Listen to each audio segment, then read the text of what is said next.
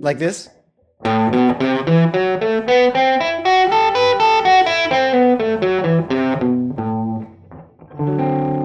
Yeah. I'm starting from the A. I'm just starting on the lowest string, going to the highest string and back. Yeah, so it's going to be middle, pinky, and then the down here, right?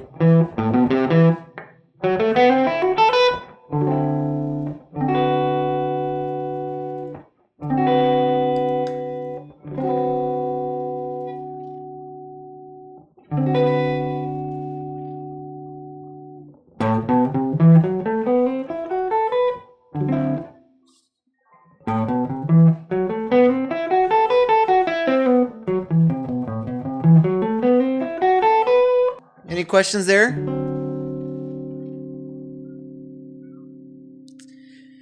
Yeah, it's quite a bit. I mean, even that much right there is kind of a lot. If you were to go with all the modes, it'd be way too much for 1 week, big time.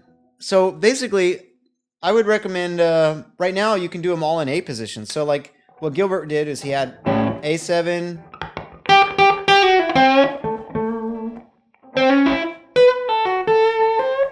then when the D comes, now you could switch to this second mode instead of this one and keep it all in one position.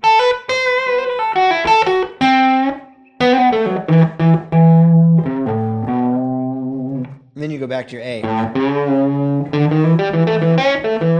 Then when it goes to the E, if you want to do the altered one, you can just go to E7 to A to make it easier for now. We'll take that. We'll take the non-functioning E in a moment. So basically, though, but you already know what he has for the functioning E. It's the one where you play the normal pentatonic.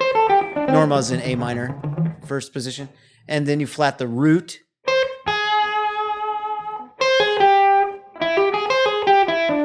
Oops. All right. And what that root is that you're flatting, you're actually flatting the fourth of the chord to be the third. Right? And that's what's going on with that E7. So you have that's the third. Here's your root.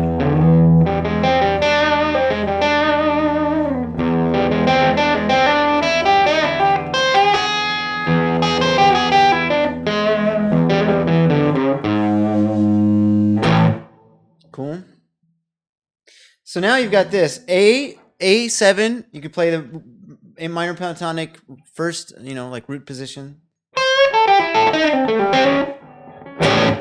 Then the D7, and you play the A major pentatonic or second mode of F sharp minor pentatonic, and you have to flat the major 7 of the D7 chord.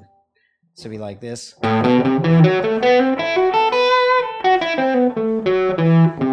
Or like this. Whichever one you like better. And this is over here. So if you're going to improvise over that, I still think about this shape. Even when I'm using this pentatonic. So maybe I'll play like here's the A chord, right? And I start somewhere, like I bend up to the root, chord tony stuff, Then when the D7 comes around, since we're doing something fancier, it's chord tones still matter. Maybe I'll go.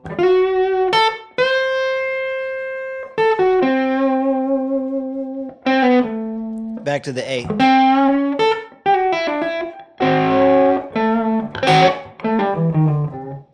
Then to the E.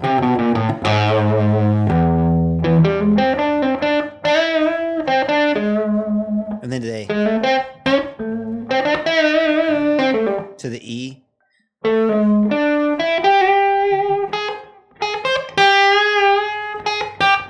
To A. The trick is kind of it's cool. It's a bit crutchy in a way, because when I solo over the changes, I'm thinking of the third of the chord. Think of the major pentatonic, but bending,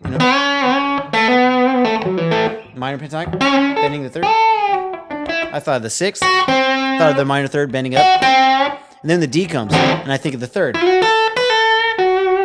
Right. I think of the major or the flat 7.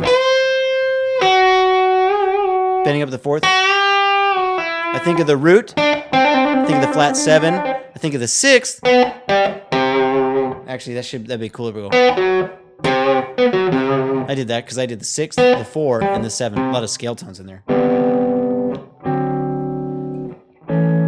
But it's cool if you can work it out that way. You know what I mean? And then when the E comes, I think if it's functioning, then I think of like the root. I think of the like blues. You know, the minor pentatonic where you have, but bending up to 3rd. But if it's functioning, maybe I want to alter it in there, in which case I get the flat 3rd, which is actually sharp 9, and the flat 9, and the root. And then, how about the sharp 5, and then to my 1 chord. 4 chord. And that was the trick we talked about. And then the 1 chord. The blues.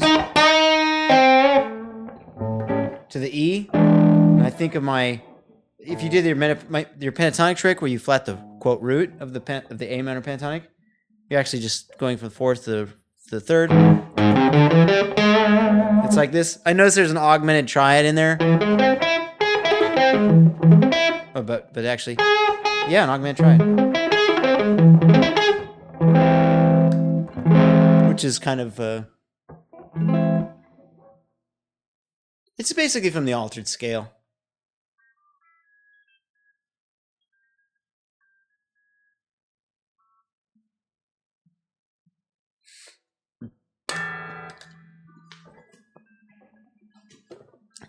So I mentioned that we talk about doing this, the F sharp minor pentatonic, right? The one we did the second motive here, flatting the 5.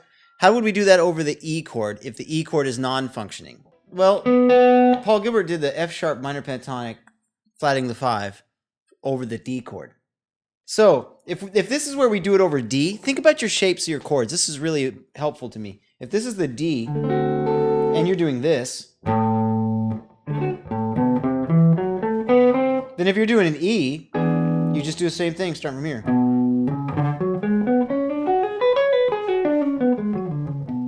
See how that works? Yeah. Yeah, instead you just go to the 5th, which is right below it. You can think of a country bass line. You know, like that's the easy way to find your 5th, supposing your chord, of course, is on the A string. It's right on the same fret as the root, just a string lower. And you do that same shape. You do the B in this case, but the major pentatonic.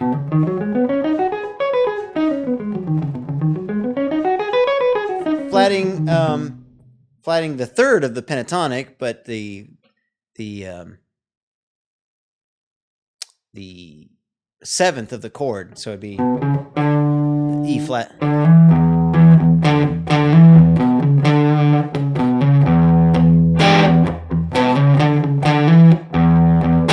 Cool? That's all there is to that. So kind of simple. Let's say we go in from a 5 chord to the 4 chord to the 1 chord, and then to the 5 chord, altered to the 1 chord. Cool? So 5, 4, 1, 5, and then starts over. Or the song starts over. So what you have here is you've got your 5 chord, in which case you could do, it's non-functioning, so you do the pentatonic that we just talked about, where we flat the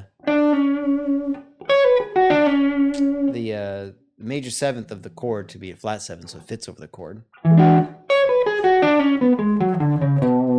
And then you do the same thing over the D7. So obviously, you know, actually kind of a cool chromatic line here, right? In that this. There's a kind of a chromatic line hidden in there.